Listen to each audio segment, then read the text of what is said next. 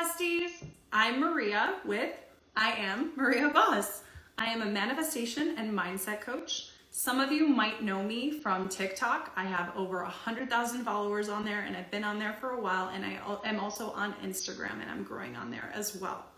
Just know that you never need coaching, but it's there if you need it. The link is below in the description. I do offer one-on-one email coaching, emergency coaching, as well as waitlist coaching, which is my regular priced coaching. It's just that it takes up to 2 to 3 weeks, sometimes about a month for me to actually get you in. I'm your most loved and favorite manifestation coach because I'm pretty fucking awesome. All right, so let's get into this. Should I contact my SP? That's a great question. I get asked this on the daily, multiple times a day. Their birthday's coming up. I want to text them. I really miss them.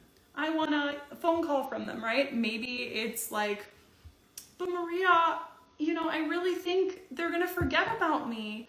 Or maybe you feel like because a holiday's coming up that you need to reach out just in case, right? In case they're talking to someone else.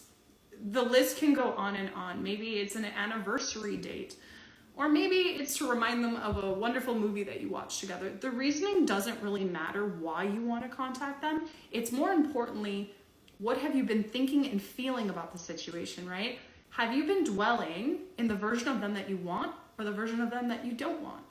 You should know if you're feeling crappy most of the time when you're thinking about them, that's a strong indication that you're most likely gonna get a version that you don't want. Now, if you've been feeling overall pretty good, you're pretty confident about the relationship, you've been living in the end, and you think that reaching out won't be a big deal, then sure, go ahead. Send that happy birthday text, give them a call, right? Maybe DM them or snap them or send them like, hey, remember when we watched this movie? Whatever resonates for you. Now, this obviously does not apply to someone that you are constantly in contact with. If your SP is your ex-husband and you still are in communication because of kids or finances, or maybe you're just friends, right? Or maybe it's your neighbor or coworker. That's okay. You're already in contact, so sending a text, a quick phone call isn't going to mess anything up. And the truth is, you can't mess this up, even if you think you have, or you fall into a state where it appears as things are not working. Meaning, if you don't get the response that you want, they leave you on red, or they don't call you back. If you're in no contact with your specific person, what should you do then? And let's say maybe you're kind of hot and cold with entertaining, right, the version you want and the version you don't want, and you're not 100% sure. What am I going to get? I don't know. Well, that's when you should use always your better judgment, right? If out of nowhere you get the urge to call them and it feels good, don't question it, go with it. That's inspired action. Or if it's, natural and just instant, like you'll know when it's inspired action. It's something you don't double guess. You don't have any anxiety about it. It might even be something as simple as, let's say that the last time you were at your SP's house, you had left your grandma's necklace there. And you just so happened to remember that was the last place you left it. So you have to contact SP. So you write him a text. Is there any chance I perhaps left my grandma's necklace there? I can't find it. I've looked everywhere. And the last time I remember wearing it was at your house. And the funny part is you might be a little anxious about it, but if this is something that actually happened, don't question something like that, because that's a bridge. That happened, so you could contact them. So you could actually get the result that you want, especially if you've been living in the end of being in a relationship with them, right? We don't know how this is going to unfold. So if you have like one of those really extreme things where, like, let's say, and it happened to me once and I actually didn't act on it and I regretted it for quite a while, and you shouldn't really regret anything because you have infinite chances. I remember one time when I was going through it with my SP, right? We were kind of in this really weird place.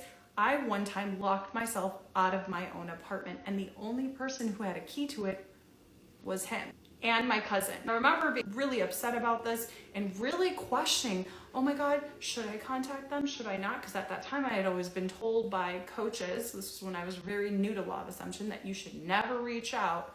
You should never try to look desperate, even though I didn't plan this. It just happened. I was literally locked out of my apartment. I'll never forget the level of anxiety that came over me at the thought of reaching out. Just know that even when it appears like things are not working for you, they always are.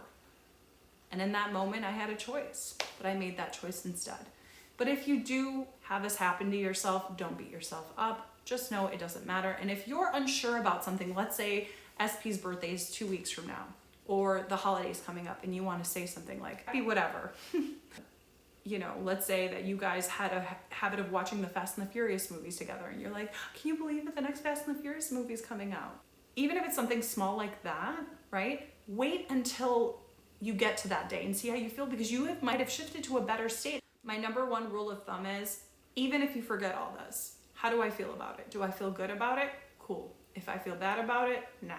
Because usually when you feel good about it, you get a better response. And usually when you feel bad about it, you're probably not going to get the response you want.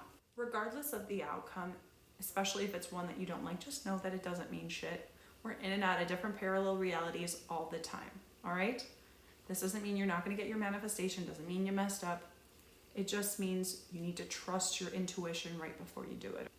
And if you're questioning it, that's usually an indication that you shouldn't do it.